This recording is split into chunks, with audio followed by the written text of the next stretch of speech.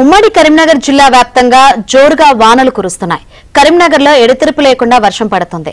పెద్దపల్లిలోని మానేరు వాగు, హుసేన్ మియా వాగులోకి స్వల్పంగా వరద నీరు వచ్చి చేరింది. అలాగే వేములవాడ, హుజూరాబాద్ పట్టణాల్లో రాత్రి నుంచి వర్షం కురుస్తుండగా ధర్మపురి గోదావరి నదిలోకి భారీగా వరద పోటెత్తుతుంది. ఇక ఇదిలా ఉంటే సింగరేణిలోని ఓపెన్ కాస్ట్ ప్రాజెక్టులోకి వర్షపు నీరు రావడంతో 60,000 టన్నుల బొగ్గు ఉత్పత్తికి ఆటంకం ఏర్పడింది.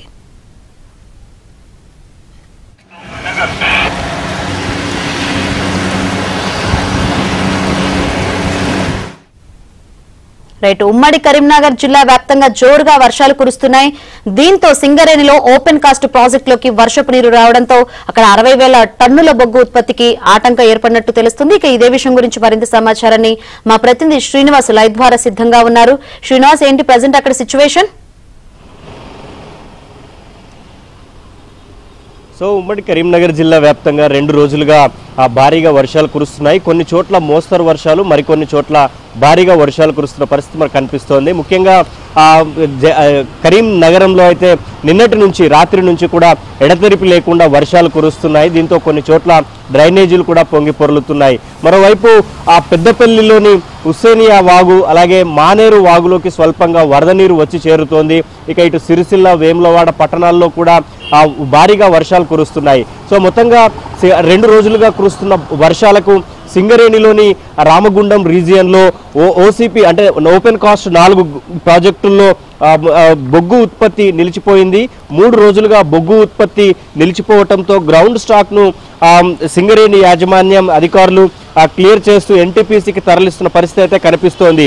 ఆ ఓపెన్ కాస్ట్ గనుల్లోకి, ప్రాజెక్టుల్లోకి వెళ్లే రోడ్లన్నీ బురదమయం కావడంతో భారీ ట్రక్కులు, వెహికల్స్ అన్ని కూడా ఎక్కడికక్కడ అధికారులు నిలిపివేశారు. లోపలికి వెళ్ళటానికి కూడా అవకాశం లేకుండా పోయింది. మరోవైపు రోజుకి 4 ఓపెన్ కాస్ట్ గనుల్లో రోజుకి 80,000 బొగ్గు ఉత్పత్తికి 80,000 టన్నుల బొగ్గు ఉత్పత్తికి ఆటంకం కలుగుతోంది. అయితే ఇబ్బందులు రాకుండా గ్రౌండ్ స్టాక్ని అయితే క్లియర్ చేస్తూ ఎన్టీపీసీకి పంపిస్తున్నారు సింగరేణి అధికారులు. మొత్తంగా ఇటు హుస్సేమియా వాగుతో పాటు మానేరు వాగులోకి స్వల్పంగా వరద నీరు వచ్చి చేరుతోంది. కడెం ప్రాజెక్టులు గేట్లు ఎత్తివేయడంతో గోదావరి నదిలోకి ధర్మపురి వద్ద కొంత వరద పోటెత్తుతున్న పరిస్థితి అయితే కనిపిస్తోంది. నిన్న స్వల్పంగా వరద వచ్చింది. ఉదయం కల్లా వరద క్రమంగా పెరుగుతున్న పరిస్థితి అయితే మనకు కనిపిస్తోంది. ఓవరాల్గా ఇది కరీంనగర్లోని వర్షాలకు సంబంధించిన update.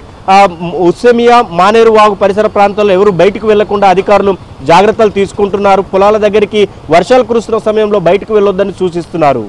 Right, thank you Srinivas.